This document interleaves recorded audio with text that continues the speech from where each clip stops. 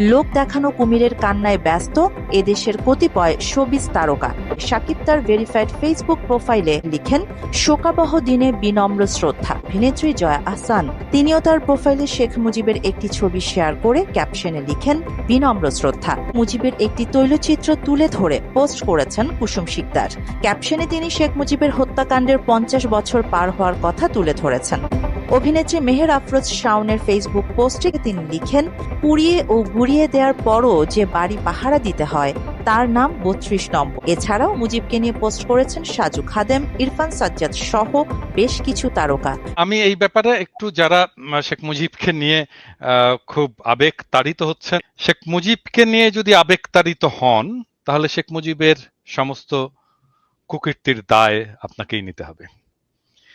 এবং আপনাকে যেই কুকীর্তির দায়টা আমি দিতে চাই সেটা হচ্ছে সিরাজ শিকদারকে পেছন থেকে গুলি করে হত্যা করা। নিরস্ত্র সিরাজ শিকদারকে হত্যা করেছে শেখ মুজিব, এইটার দায় নিতে হবে। সিরাজ শিকদার আমার নেতা, আমি আপনাকে এইটার জন্যে এর শাস্তি আপনাকে আমি দেব, শাটার হাড্ডি ভেঙে দেব হারামজাদা। শেখ মুজিবকে নিয়ে শোক গাথা শুয়োরের বাচ্চা, তোর শাটার হাড্ডি ভেঙে দেব। বাংলাদেশে যেদিন আমি আসবো আমি সব কয়টা লিস্ট নিয়ে রাখছি। শুয়োরের বাচ্চা, সিরাজ শিকদারকে হত্যার বদলা তোকে দেওয়া হবে, শুয়োরের বাচ্চা হারামজাদা। না, তবে দাদা ধরেন এখন একটা নতুন ন্যারেটিভসকে সামনে আনা হচ্ছে যে ধরেন হাসিনা পলাতক। আমরা তো আসলে হাসিনা না, কিন্তু শেখ মুজিবের অবদান তো অস্বীকার করা যাবে না। শেখ মুজিবের অবদান আমার নেতাকে হত্যা করছে, শাটার হাড্ডি ভেঙে দেওয়া হবে, শাটার হাড্ডি ভেঙে দেওয়া হবে। তুমি শেখ মুজিবকে যদি দাদা এই জিনিসগুলো নিয়ে দাদা মামলা হওয়া উচিত, আইনগতভাবে তার মরণোত্তর বিচার হওয়া উচিত। এই যে 30,000 জাসদের নেতা কর্মীকে হত্যা করা, তার 15,000 হত্যা করা, তার আমি জাসদ করি না, আমি কমিউনিস্ট ছিলাম। সিরাজ শিকদার আমার নেতা, আমার নেতাকে মারার বদলা আমি নেব, শুয়োরের বাচ্চা। এবং তার এটা তো তার বক্তব্যই আছে, সে বলেছে কোথায় আজ সিরাজ শিকদার, তার মানে সে মেরে বুক ফুলিয়ে তারপরে সংসদে দাঁড়িয়ে বলেছে যে সে খুন করেছে, এই হত্যার সাথে সে জড়িত, এবং সেটা বাংলাদেশের প্রথম ক্রস ফায়ার।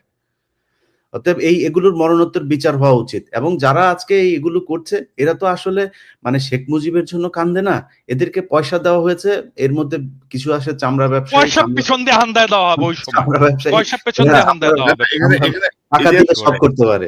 ইলিয়াস, এখানে আরেকটা বিষয় আমি যেটা শুনলাম যে টাকা যেমন আছে, আবার কোন শিল্পী কোন জায়গার তাদেরকে ব্ল্যাকমেলও করা হচ্ছে। জানেন হাসিনার কিন্তু এটা একটা ভালো অস্ত্র ছিল, যে চরিত্র হনন এবং ব্ল্যাকমেলিং এর বহু কিছু, তো ওই হুমকিও দেয়া হচ্ছে, টাকাও দেয়া হচ্ছে। তো এই ন্যারেটিভসটা থেকে এটা নিয়ে আসলে মানে আরো কিছু কাজ করা দরকার, যে আমরা তো হাসিনাকে পছন্দ করি না, আমরা তার এইসব। একটা জিনিস বলি কনক ভাই, ধরেন 32 নম্বরের সামনে একটা মহিলা আসলো, এক হুজুর আসলো ফাজলামি করার জন্য, জাস্ট ফান করার জন্য। সে বলছে যে আমি 2টা খতম দিয়েছি। তার বউ বলছে, জীবনে কোনোদিন কোরআন পড়া দেখছেন না? ভিডিওটা বুরকাওয়ালা মহিলা, মানে ফান করার জন্য এসে, মানে এখানে ফান করা যায়। আপনি একটু চোখ বুঝা কল্পনা করেন তো ভাই, আওয়ামী লীগ ক্ষমতায় আছে, জামায়াতের শিবিরের বা বিএনপির একটা ছেলে সেখানে ওরা জিয়াউর রহমানের কবরের ওইখানে গিয়ে করেছে, সেখানে গিয়েছে। আপনি চিন্তা করেন তো যে তার অবস্থাটা কি হইতো, পাড়ায় মেরে ফেলতো ওইখানে। আপনি তারা নিয়ে ফান করেন, এটা ফান করার জিনিস না তো।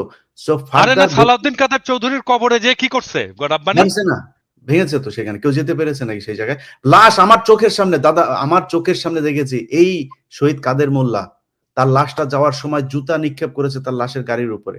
আমরা তো গোলাম আজমের গাড়িতে আমি ওই দিন নিজে ছিলাম, ওনার লাশটার সময় আমি জেল গেটে ছিলাম। তো এই যে কাজগুলো করেছেন, এগুলো এটা তো ওরা এটাই তো আওয়ামী লীগ, এদেরকে দিয়ে সব সম্ভব।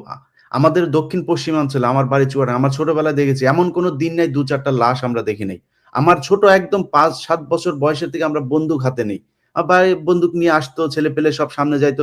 এগুলো এই এলাকার খুব স্বাভাবিক ঘটনা ছিল। কারা করেছে এগুলো? রক্ষী বাহিনীর মানে কাউন্টার দেওয়ার জন্য সেই জায়গায় এই জিনিসগুলো আস্তে আস্তে সেগুলো স্প্রেড হয়েছে পুরো দক্ষিণবঙ্গে।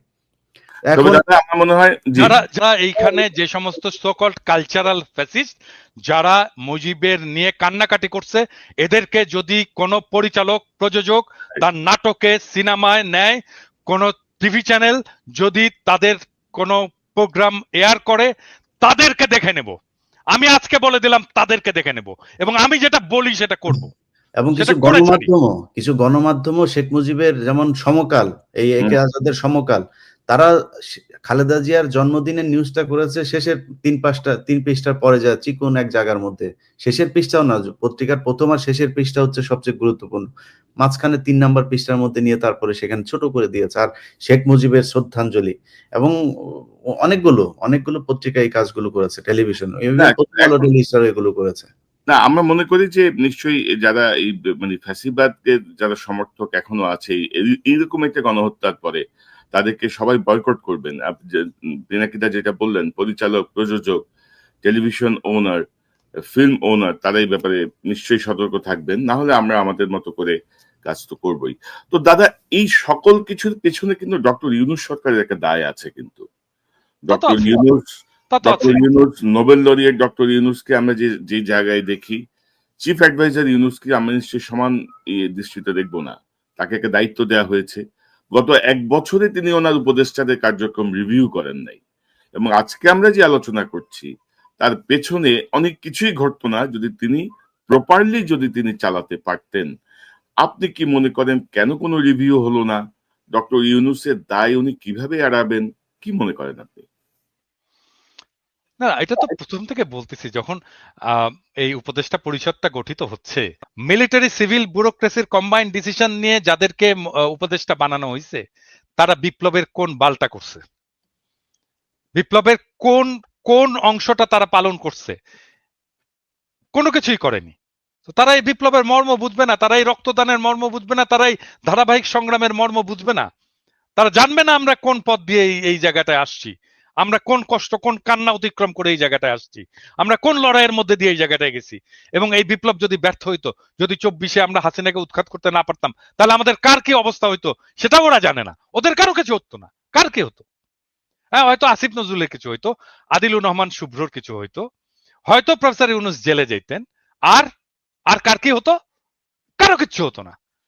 তারা এসে বসে বাংলাদেশের রাষ্ট্রের দখল নিল, ক্ষমতা নিলে রাষ্ট্র চালানো শুরু করে দিল। হ্যাঁ, অবশ্যই ছাত্রদের কিছু হতো, এবং ছাত্র এটাকে এন্ডোর্স করলো। আমরা বারবার করে বলে আসতেছিলাম একটা বিপ্লবী সরকারের প্রয়োজনীয়তার কথা, কেউ মাথায় নিল না। একটা সরকার পতন হলো, পতন যারা করলো তারা তো ক্ষমতা দখল করবে, তো কেন একটা জাতীয় সরকার হলো না? কেন রাজনৈতিক দলগুলো একটা জাতীয় সরকার করলো না? কেন এই উপদেষ্টা পরিষদের মধ্যে রাজনৈতিক দলের নেতাগুলো নাই? থাকলে তো আজকে অবস্থা হতো না।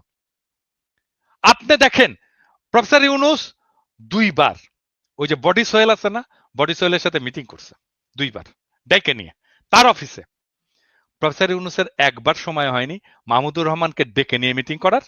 একবার। বডি সোহেলের মধ্যে কি মধু আছে প্রফেসর ইউনূসকে ডাকতে হবে, আর মাহমুদুর রহমানকে ডাকা যায় না? কোথাও ডাকছে? মাহমুদুর রহমানকে কোথাও এনগেজ করছে? করেনি। দেবপ্রিয়কে করে এসে এনগেজ, অমুককে করে এসে এনগেজ, তমুককে করে এসে এনগেজ, আর একটা করে ঝামেলা করে। আর সেই ঝামেলাগুলো সামলাই আমরা সামলাই। প্রফেসর ইউনূসের কোনো মিডিয়া আছে নাকি? কোনো মিডিয়া প্রফেসর ইউনূসের চোদে নাকি? প্রফেসর ইউনূসের সরকারকে কেউ চোদে না। আমরা সামলাই, ন্যারেটিভ আমরা তৈরি করি, আমরা পাশে এসে দাঁড়াই। না, এখন ইউনূস সাহেব ধরেন এত বছর ধরে সংগঠন করেন, এনজিও করেন, উনি একটা প্রজেক্ট প্রপোজাল লিখলেও তো সেই অনুযায়ী লোক নিয়ে প্রজেক্টটাকে দাঁড় করান না। তো বাংলাদেশ রাষ্ট্র কি ওনার প্রজেক্টের থেকেও খারাপ অবস্থায় আছে, যে আমার মন চাইলে আমি চিটাগাং থেকে নিলাম, মন চাইলে আমি এনজিও থেকে নিলাম, মন চাইলে আমার অমুক ভাইরে নিলাম, অমুক ভাইয়ের ছেলেরে নিলাম, অমুক ভাবিরে নিলাম? তাই তো করছে 1 বছরে আমার বন্ধুর ছেলে, অমুকের ছেলে, তমুকের ছেলে, গ্রামীণ ব্যাংক, অমুক তমুক, এই তো আমি যাকে চিনি, আমার যে বন্ধু, এই তো নিয়ে করছে। সে স্বীকারও করছে যে পাইনি, তখন যাদেরকে পাইছি তাদেরকে নিয়েই করছে। তো তারপরে 1 বছর চলে গেল, তো এর মধ্যে রিভিউ করতে পারলেন না? এই দায় তো নিতে হবে। এবং আমি তো অনেক আরো খারাপ কথা শুনি, খারাপ খবর শুনি, আমি জানি না ওইদিকে যাচ্ছে কিনা। এটা মুখ খারাপ করতে হয় আর কি, সরি। মানে কনকের এখানে এসে মানে মুখ খারাপ করতে আমার খুব খারাপ লাগে, কিন্তু এটা দিস ইজ লাইফ। হ্যাঁ, দিস ইজ লাইফ। ওই ছোটবেলায় আমাদের মেডিকেল কলেজে আমাদের ডোমদের ছিল, যারা লাশ কাটতো আর কি, লাশ কাটতে আমাদের হেল্প করতো। হ্যাঁ, ডেড বডি তারা প্রিজার্ভ করতো, পোস্টমর্টেমেও তারা হেল্প করতো, আর ডেড বডি কাটতেও খুব এক্সপার্ট, ভেরি এক্সপার্ট তারা। তো ওই রকম পচা টচা লাশটা আসতো সারাক্ষণ, এর গন্ধ টন্ধ তো বিভৎস গন্ধ। তো ওরা সারাক্ষণ টাল হয়ে থাকতো, মাল খেয়ে টাল হয়ে থাকতো আর কি। হ্যাঁ, তো ওর একজনের, এবং তারা খুব দার্শনিক কথা বলতো মাঝে মাঝে। হ্যাঁ, এত দার্শনিক কথা বলতো না, এগুলো যারা শোনেনি তারা ওই লাইফের ওই ফিলোসফি গুলো জানে না আর কি। তো বড় লোক এবং গরিব এদের মধ্যে যে তফাৎ, এইটা সে কিভাবে এক্সপ্রেস করতো সেই ডোম আমাদেরকে। হ্যাঁ, তো সরি ফর মাই ল্যাঙ্গুয়েজ, এখানে মিউট করা যাবে না, বাট আমি তারপরেও এটাকে বলতে বাধ্য হচ্ছি, কারণ this is philosophy, this is life. সে বলতো যে ভাই, আমরা শাক খাই, পেতনি লাগাই, আর ভূত হয়, আর উনারা সোনা খায়, পরি লাগায়, আর মাল হয়।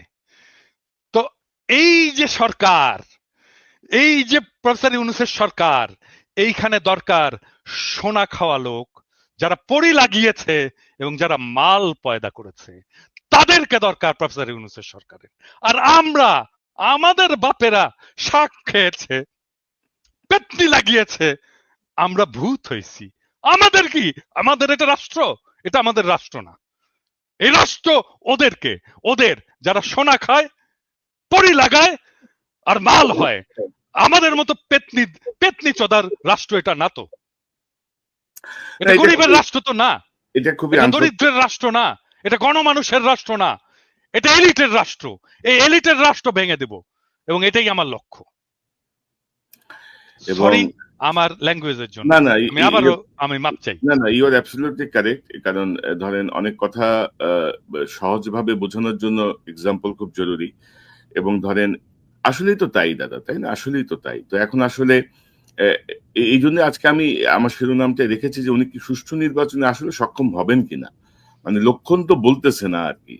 আমার মনে হয় যত দ্রুত সম্ভব একটা নির্বাচন দিয়ে, এই সরকারকে দিয়ে সম্ভব না। এই সরকার যদি মনে করে যে তারা ওই যেটা দাদা বললেন যে বিশাল স্মার্ট, আপনি উপদেষ্টা যতগুলো আছে, আসিফ নজরুল নিয়ে আমরা সমালোচনা করি, আসিফ নজরুল তাও বলেছে ভিতরে ভিতরে ডিজিএফআই এর হোক আর যাই হোক, তারপরেও সে বলেছে। এর বাইরে আমাদের দেখান তো যে এই স্টুডেন্ট 2-3 জন ছিল, এর বাইরে কারোর জীবনে কোনোদিন একটা কথা লিখেছে এই ফ্যাসিবাদ নিয়ে? হাসিনার বিরুদ্ধে কেউ কথা বলেছে? একজনও নাই। এগুলো তারা করেছে। সো এই টাইপের লোকজন দিয়ে আমার মনে হয় না যে এখানে সম্ভব হবে এটা দ্রুত একটা নির্বাচনের দিকে যাক। তবে একটা জিনিস বলে রাখি, যে যখন যে ধরা পড়েন তখন সে এসে তারপরে হাত পা চাপাচাপি করেন। এই হাত পা চাপাচাপি যেদিন চেয়ারটা থাকবে না তারপরে থাকবে না। চেয়ার থাকা পর্যন্ত যদি কাজ শেষ করে না যাইতে পারেন, যেদিন চেয়ার পাছার নিচে থেকে চলে যাবে তারপরের দিন থেকে পাছার চামড়া উঠানো শুরু হবে। এখন পর্যন্ত বিডিআর এর লোকগুলোরে ভাই জীবনে এই পৃথিবীর ইতিহাসে এখন, আরে ভাই শেখ হাসিনার মতো বদমাশ আমার জীবনে আমার নিজের চোখে যত মানুষ দেখেছি, ওরে আমার দুর্ভাগ্য যে সামনে থেকে দেখছিলাম 2 দিন। আমার জীবনে দেখা যত মানুষ নিজের চোখ দিয়ে, ওর মতো জঘন্য মানুষ এই পৃথিবীতে কোনোদিন পয়দা হয়েছে বলে আমার মনে হয় না। ফেরাউনও এত আল্লাহর সাথে যুদ্ধ ঘোষণা করে না যেটা শেখ হাসিনা করেছিল। সো এই ধরনের মানুষ নিয়ে তারপরে তারা দেশ চালিয়েছে। এই 8 মাসের মধ্যে এখন পর্যন্ত এটা কোনো বিচার? ডক্টর ইউনূস বাল ফালান আপনি কি করেন কি? আপনি এগুলি দেখেন না চোখে? এগুলি না দেখে আপনি দেশ সুন্দর করে থুইয়া তারপর চলে যাবেন।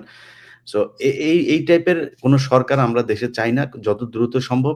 সো এগুলো করা হচ্ছে। আমার মনে হয় এই পরিস্থিতি যদি তারেক রহমান দেশে আসতো বা একটা সরকার যদি ক্ষমতায় থাকতো, তাহলে মনে হয় এই অবস্থা হতো না। দাদা একটু আগে যে মুখ খারাপ করে কথাবার্তা বললেন না, ভাই শরীরের রক্ত গরম হয়ে যায় আসলে এদেরকে নিয়ে কথা বলে। এই জন্য এতগুলো মানুষ, ওগুলি তো চোখে ভাসে এখনো। আপনার মনে নাই কনক ভাই, আমরা ঘুমাই নাই রাত, সেই গভীর রাতে 2 জন দাঁড়িয়ে দাঁড়িয়ে কি হবে, কি হচ্ছে, কি, আরে ভাই মানুষগুলি মারা যাচ্ছে চোখের সামনে। যখন এই যে করলো লাইট গুলো সব ইন্টারনেট বন্ধ করে যখন ছবিগুলো আসতে থাকলো, ভাই খুব খারাপ। এগুলো এখনো মানসিক ভাবে দেয়। আপনি এইরকম একটা দেশের রক্তের বিনিময়ে আসা স্বাধীনতাকে আপনি এইভাবে ধ্বংস করে দিবেন, এটা কোন ধরনের সুশীলতা রে ভাই? যখন কিছু করার ক্ষমতা থাকবে না আপনাদের, তখন কিন্তু হাতে পায়ে ধরে লাভ হবে না, তখন কিন্তু সব টিরে ন্যাংটা করা হবে। সময় থাকতে সাবধান হন, দেশটা সঠিক পথে নিয়ে যান। আপনি নির্বাচন ইলিয়াস নির্বাচনে চাচ্ছেন, আপনিও নির্বাচনে বলছেন, আমিও নির্বাচন চাই, যত দ্রুত সম্ভব নির্বাচন হোক। কিন্তু এই যে সক্ষম হবেন কিনা ডক্টর ইউনূস, এই সক্ষমতার জন্য কি করণীয়? ভাই, সক্ষমতা অর্জনের জন্য তো আপনি এই অক্ষম উপদেষ্টাদের দেওয়া সম্ভব না। তাহলে আপনার রিসাফল করতে হবে, না হলে নির্বাচন দিয়ে দিতে হবে। প্রশাসন তো এখন বিএনপির দখলেই আছে। সো আমার মনে হয় অসম্ভব কিছু না। কি হবে, হয় বিএনপি আসবে, নাহলে জামাত এনসিপি আসবে, সমস্যা কি? আদৌ বিএনপির দখলে না, আছে? প্রশাসন বিএনপির দখলে থাকলে তো সেটা নিরপেক্ষ নির্বাচন হলো না, না, সে তো আমি তো- biased নির্বাচন। ভাই বিএনপি, আমি তো সেটাই বললাম যে আপনাকে তো বিএনপির হাতেই দিতে হবে বা জামাতের হাতে দিতে হবে। কারণ বিএনপি যদি ক্ষমতায় আসলে আমি ওইটাই ওই কথাটা বোধহয় ওই সময় শেষ করে নিয়েছি। আমি চাই এবার আসুক জামাত ইসলাম, তাদের সাংগঠনিকভাবে আরো বেশি সমৃদ্ধ হোক, তাদের মানুষের কথা আরো বলুক। এবং আমার মনে হয় এই 5 বছরে বিএনপি যত ভুল করবে ততটা জামাতমুখী হবে মানুষ। ইলিয়াস, এখানে আরেকটা প্রশ্ন খুবই গুরুত্বপূর্ণ, যেটা আপনি বলছিলেন যে বিএনপির সাথে সাথে বহিষ্কার করছে, কিন্তু আপনি যদি দেখেন যে এ পর্যন্ত কঠোর কোনো পদক্ষেপ কি নেওয়া হয়েছে সরকারের পক্ষ থেকে? এটা তো বিএনপির দায় না। বিএনপি তো তারা ধরে জেলে পাঠাবে না। জেলে নিবে সরকার। জেলে তো বিএনপি পাঠাবে না। না, কনক, মানে বিএনপি তো থানা দখল করছে। না, এরকম দুই একটা ঘটনা ঘটছে না, দুই একটা ঘটনা ঘটছে। এটা একেবারে রিমোট এরিয়া, ধরেন লোকাল মানুষ যে থানা ঘেরাও করে নিয়ে ভাই, আসে। থানা দখল না, থানা দখলের থানার চাইতে 10 মাইল দূরে যদি বিএনপির লোকজন কোনো চাঁদাবাজের পক্ষে ডাইরেক্ট গুলি করেন, আমরা ওটার পক্ষে থাকবো ভাই। কেউ আমরা এটার পক্ষে বিপক্ষে যাবো না। তো আমরা পুলিশের পাশে থাকবো। করেন না, সমস্যা কি? চাঁদাবাজি কে সমর্থন করে? মানে আপনারা যদি বিচার না করেন তাইলে তো এরকম চলতেই থাকবে। জনাব পিনাকি ভট্টাচার্য, ইলিয়াস হোসেন, দুজনকে অসংখ্য ধন্যবাদ আলোচনায় যোগ দেওয়ার জন্য। অনেক বিষয় নিয়ে খোলাখুলি কথা বললাম। দাদার জন্য সবাই দোয়া করেন। দাদা শারীরিকভাবে অসুস্থ। না দাদা, দেখে মনে হয়েছে মনে হচ্ছে না, তরুণ, আপনাকে দেখে কেন মনে হবে?